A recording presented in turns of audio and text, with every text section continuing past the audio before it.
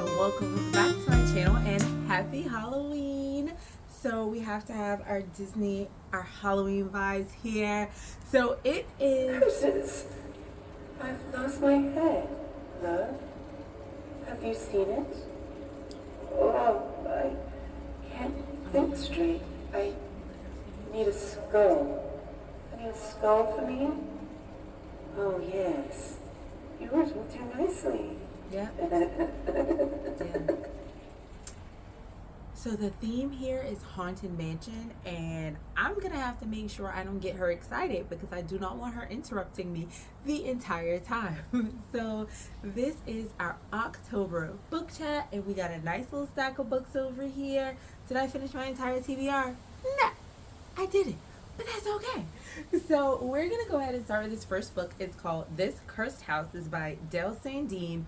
And this one, I actually did enjoy this book. So definitely trigger warnings because this is set in the 1960s. So 1960s. What are you looking at? Never seen a headless lass before? Off with you now. Haven't I suffered enough? Leave me be. Leave me be. I'm gonna just unplug her for now, okay? Because we can't have that going off every single time. So I'm gonna unplug her. I'm gonna show you who's causing a racket. But anyway, this book is set in 1962 in the South, Louisiana. So there are triggers. My daughter actually picked this one out, and I had seen it, but I was like, I do not like reading black trauma. Period. I don't like it. So a lot of times when I find horror thrillers or mysteries, or not so much mysteries, but if it's like a thriller or a horror, a lot of times the thrill or the horror is either rooted like in slavery or in Jim Crow times, or it's your blackness is the thing that makes it thrilling. Like even the book, and I actually like this one, When No One Is Watching. Like, I love that one, but you have to deal with the things that are actually happening in the world today. And reading for me is fun. This is my like fun time, my enjoyment time. So having to read trauma is not for me. So this does, you have to deal with those things. There's also colorism, so that is a trigger in here. But this book overall, I did actually enjoy it. I will say though, I feel like they gave us the twist, the thing, and then later presented it again as if they hadn't already told us. And I was like, okay. I actually do like how this one ended. One part did make me super sad. Super sad, because I did not want that to happen to that particular character. But overall, this was really a good book.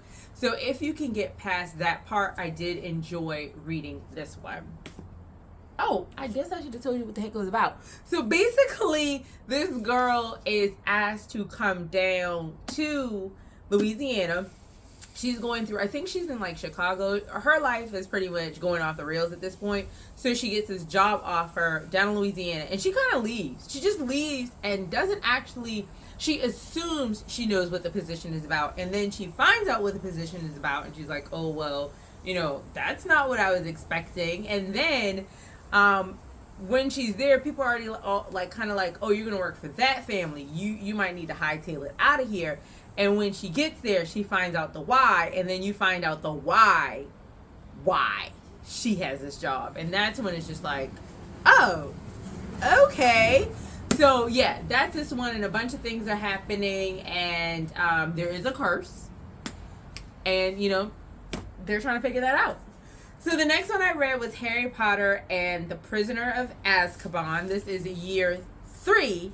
And if you've seen the vlog about this, you already know I had to eat my words. Because at first I was like, okay, this thing is giving pattern. This is literally my favorite book of them all. So if you want to hear all my thoughts, just go ahead and watch that reading vlog. I posted that a couple weeks ago. I have not watched the movie, and I was just reminded of that when I was talking to my friends. I think maybe I'm probably gonna be watching Halloween movies tonight. So, and I got plans tomorrow, maybe Sunday. I'll sit down, because I literally like to sit down and watch it and be cozy. But this is actually, out of all 3, my absolute favorite of them all. Absolute favorite of them all. And I don't know if I said this in there because I don't know if I'd already figured this out. I am Hufflepuff. And I was like, how do I get Hufflepuff? They don't even talk about Hufflepuff. At least they talk about Ravenclaw because, oh boy, I can't remember his name. Percy, I think. I'm going to have to fix this. This is going to drive me crazy. Percy likes the girl in Ravenclaw. But I'm like, the only thing we know about Hufflepuff is like, it's the team that everybody feels like they can beat in Kiddish. So I'm like, in Quidditch. So I'm just like, how do I get that house? Their colors are cute and they look good on my skin though. The next one, My Sister the Serial Killer by Oyen Ken Braithwaite. And if you don't know, J.K. Rowling. This is actually my 200th read. So I started reading again, I think it was July of 2023. Yeah, because it's 25. I think it was July of 2023 when I started reading again. And what is so this is my 200th read since I started reading. What is so crazy is I finished my 100th read exactly a year before I finished this one. I was going to put this in Goodreads and literally it's the same date. And I think it's October 7th of 2024 is when I got to book 100. And this was October 7th of 2025. And this is book 200. I was like, that is absolutely crazy. So it took me a year to read another 100 books. But I think that was just so ironic, like the day I'm entering that. I guess like people would say, you better play those numbers, but I don't know what numbers to play. But anyway, this one is a short story. I liked it, but man, when I say enabling people, sometimes you gotta let people just take the L. Especially if they're the reason for the L. This one does have some triggers in there, so definitely go ahead and read that. I feel so bad for the main character who is Corday. I feel so bad for her. And then I'm like, you gotta choose you sometimes. But this one definitely did not end the way I thought it did. Basically, her sister is a serial killer. And she has been cleaning up her sister's messes and murders. Like, all the time. And her sister then starts to like the guy who's a doctor. She's a nurse. The guy who's a doctor that she works with and she actually likes. So that's when she's like, wait a second, I have to do something about this because I don't want him to get killed. So that's what this book is about. And literally the sister's just out here taking people out. It's insane. But you find that out on the back. But what happens when she starts getting eyes for the doctor, that's what you got to read and find out. The next one, Five Found Dead by Solari Gentile. This one is a mystery. It is on a train, and I really did enjoy this one. It gives mystery writer themes, all of that stuff. So Benjamin Stevenson, who's another author I like, has a book called Everyone on This Train is a Suspect. I think that's the exact name. This gives me that vibes, and what I like about this is the person in this book is also a writer. So he is a writer, but he recently had a battle with cancer, and he's doing well. And his sister, who's basically like his mentor, not mentor, but like manager, and she's just been, there by his side through his whole health journey. She's like, let's go on the Orient Express, because of course that's a big thing in mystery writing. Let's go on the Orient Express and maybe, we can take a vacation and maybe this will get you back into writing. And someone is then found dead, or there's blood. Let's say there is a crime scene next to their cabin and they're all trying to figure out who is actually doing it. This one will shock you because I don't know if I thought about like the killer being the killer, but then I was like, really? Like, this thing was crazy. Like, and the reasoning behind why the killer's the killer is insane. But I like this one. So I definitely recommend that. And then I had to get my little cutesy read in, Trick or Treat by the Berenstain Bears, Trick or Treat by Stan and Jan Berenstain, old school, of course, 10 stars all around. The next one is What Stalks the Deep by T. King Fisher. I thoroughly enjoyed this as well. I love this series. So T. King Fisher, I don't know what the series name is called. It's somewhere on one of these books, but it's the I feel like, is it the Sworn? Oh yeah, that's what it is. The Sworn Soldier series is what it's called. There are 3 books in the series: What Moves the Dead, What Feasts at Night, and then What Stalks the Deep. I have all 3. I didn't even know this was coming out, so when I see it, I was really excited. These are all very short. This one is the longest of the 3. Of the 3 books that they have, this one's like still under 200 pages. My favorite is still What Moves the Dead. Absolutely still my favorite, but this would be my number 2 favorite. I do enjoy this one better than What Feasts at Night. I did like that one, but this one I feel is even better than that one. So basically, the crew, Alex goes to help out his homeboy in Virginia, Denton. Because Denton's, I think it's his cousin, like, went missing. So he calls in Alex and is like, Alex, I need your help. Alex pulls up, and of course they get themselves in another situation where they're like, how is this even a thing?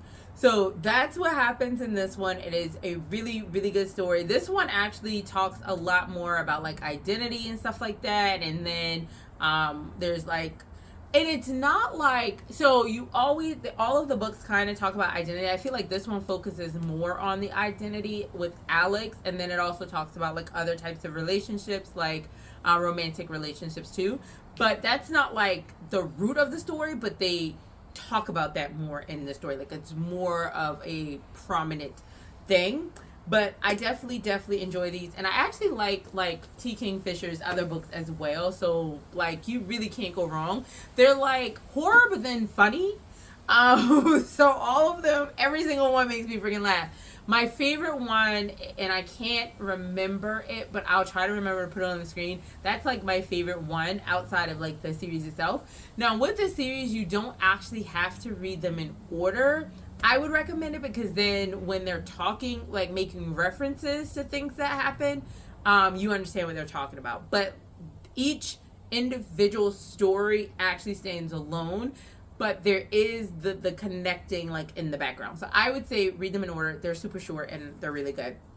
Tell Me What You Did by Carter Wilson. Well, I can't remember what this book's about. Oh no, I actually did like this one. Okay, I lied. I do know what this is about. Okay, so this book is about a podcaster who has a podcast, and it's called Tell Me What You Did.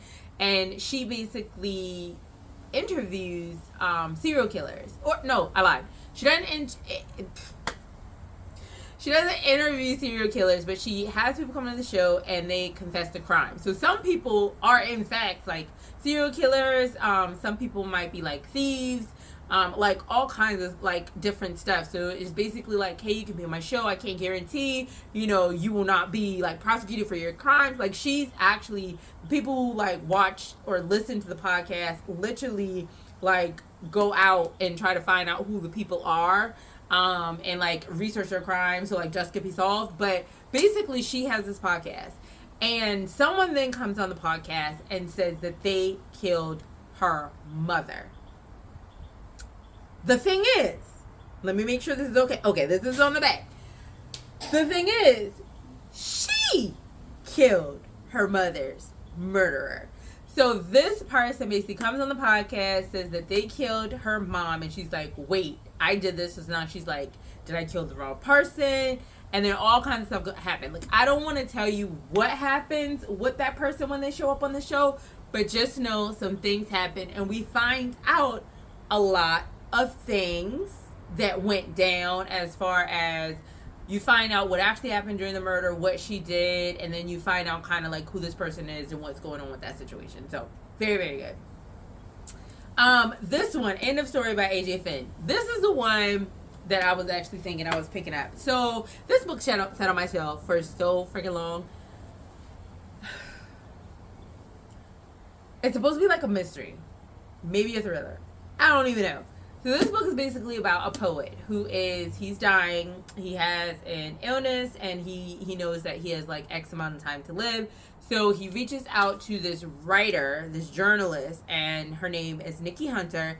And they have been corresponding for a while. And he reaches out to her, and he's like, I want you to write like my last book or whatever. Or like, I want you to I want you to write my life, because it's like his autobiography, and she's gonna write it.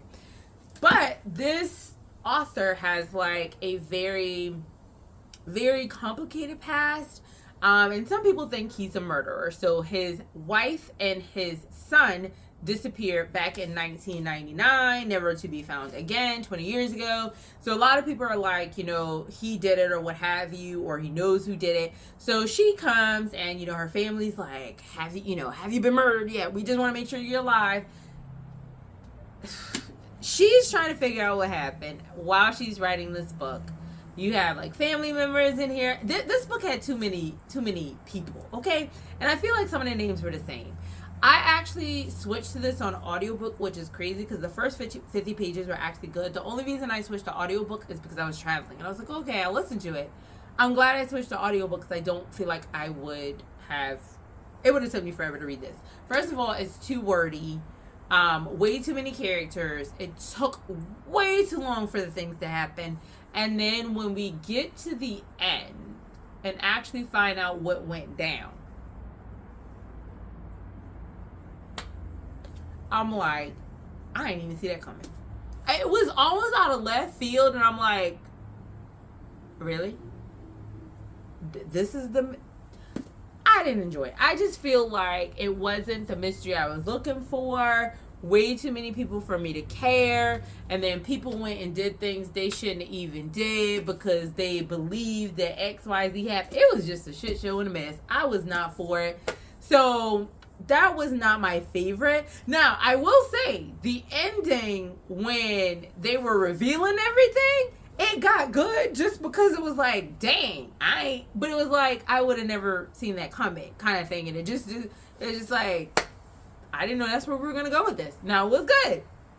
The reveal was good, but it just wasn't what I thought it was going to be. This one right here kind of dumb. I read, like, I typically don't read reviews or anything like that, but I was reading, like, the reviews when I was putting the book in. Like, I'll look at reviews after I, like, put it in Goodreads as read. Somebody was like, nobody was actually missing, which is true. Missing Dead Girls is by Sarah Walters. I don't feel too bad because I got this one from the Dollar Tree, so it's $1.50. It is a YA, and I don't mind reading YA because sometimes it's good.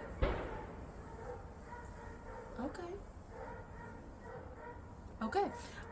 You know, sometimes YA is good, but basically this girl named Tilly leaves Philadelphia because something went down her junior year. She moves to a new town, and then she befriends this girl named Madison Frank, who's very rich. Everybody's like, hey, stay away from Madison because Madison dirty. You know, she befriends you and then turns on you. And you do find out a lot of things that took place, but I'm like, that doesn't really excuse what you did. So I'm not buying that. Like, I'm not going to accept that as a reason for what you did. And basically, they become friends, and then a text goes out to the entire school body, and it's like Madison's dead body, and it goes on the girl Tilly's phone. So she's like, oh my gosh, you know, things are happening again. You find out so many things about what these young people willing to do to each other and what they're willing to lie about, and like the other person that came into the scene. It was just a mess. Like, and there was just too much smut for this to be a YA. Like, I get kids do, but I just feel like as an adult, I don't need you to write this much smut for kids. Like, that's weird to me. And that was a lot. I was just like, okay, can we move on? Like, so, you don't need to read that one. But it was $1.50, so we good. This was actually another Dollar Tree find. It's The Guest House by Robin Morgan Bentley. This one was actually very good. This one is told in past and present time. This couple is about to have a baby. So they go out to this guest house. They're like, okay, we're going to have a nice little vacation before the baby comes. And they're at this old kind of like Airbnb style. You know, they're staying at this guest house with the couple. It's an older couple, and they wake up, their phones are gone, their keys are gone, and she goes into labor. And from there, everything gets a little bit crazy. The twist in this one was twisted. Once you find out what is actually happening this whole entire book, because when you're reading it, you're just like, well, I don't understand how we got here. I don't understand what happened. Like what is going on? And then chapter by chapter you find out. This is why you don't need to be staying at guest houses with the, yeah. I'm gonna just say this one had a lot going on. People do some really crazy stuff to get themselves out of certain situations that they put themselves in, and that's what that one was given. But I did actually enjoy that. So really good find for $1.50, and I would have actually purchased that one from a bookstore. I would have. This one right here, I love this book so much. I already have the other two on my list. This is the first one. This is a series, and I love finding series. This is a series. The first one came out like last year. The second one came out this year, and like the third one is about to come out. So I am going to pick up the second one. This is How to Solve Your Own Murder by Kristen Perrin. So basically, back in the day, Frances Adams, 1965, she gets a fortune that like she's going to be murdered. So her entire life is literally her trying to figure out who's going to murder her, and she's become very wealthy, whatever. So she dies, and in her will, she states that her family, or the people that she's put in the will, some her family, actually both of the people are family to her, one on her side of the family and then one on her late husband's side of the family. And the thing is, they have to figure out who murdered her in order to get the inheritance, and that's what this is about. It is like a small town, Castle Knoll in London, or in the UK, and small town, lots of secrets, a lot of stuff hidden in the past that come forth and create this book. When we found out who was really doing the killing, I was like, oh, I didn't see that one coming. I don't think in my mind at all I had pegged that person. And then, the other thing is, does it talk about that yet? It doesn't talk about that. Okay. And then when I found out what the other person that did in the past, I was surprised too. So this story does go past and present as you read through like Frances's journal, and figure out what was happening in the past. And then she's trying to figure out what's happening now to get the inheritance and find the murderer of her aunt. So her great aunt, and very excited about, like I said, the next one. Like when things were going down, I was all in it. So that's like a really good light mystery thriller. And when I say mystery thriller, I just mean the mystery is going to keep you on the edge of your toes, not so much as like Jason frightening. I really hope those sounds ain't too loud. Kind of thriller. So like if you want to try mysteries, but you're like, mysteries are slow, this is a really good one. Now the last book that I have is a book that my cousin bought me for my birthday. Let me say this. For people who read certain books, don't be buying them books outside the genre. I didn't get on my cousin about this, so when she see this, she ain't gonna feel no way because I already did that. And it is Black AF History, The Unwhitewashed Story of America by Michael Harriot. Now, why would I want to read this? I like mysteries, thrillers, and I like horrors. I also don't like reading about black trauma. And yes, there are chickens in my neighborhood. I might need to rethink doing these. I might need to do them outside at night or super early in the morning. But anyway, I don't want to read about black trauma. And of course, this is the unwhitewashed version of American history. So you're going back to slavery up into the present, basically talking about what truly happened, all the way from when they came over from England. So you have the BS that is America talked about in this book. This one though is done in a comedic way. So I read several books, by black authors and other authors that are giving you actual factual information. So it's still, and those are traumatizing. This is still traumatizing because you get angry, you get annoyed. There were times where I I need to pause on this. I did this one on audiobook, but I was like, I'm not putting eyes on the words. I don't want to read it. But even with the comedy, you still get the seriousness of it. and you still get the information, but it's easier to digest. I'll say that. But it is a good book. Now, I believe the author is the one who did the audiobook. Sometimes when he was trying to if you decide to do an audiobook, when he was trying to switch between different characters, I was like, oh, you switched? You know, I was like, they started off sounding different, but then it just sounded like you. But outside of that, I really did like it. It's a lot of information. So if you have been wanting to really read more about American history and make sure you're getting like truth, here you go. This is a good one. So thank you, Tisa, but don't do that shit no more.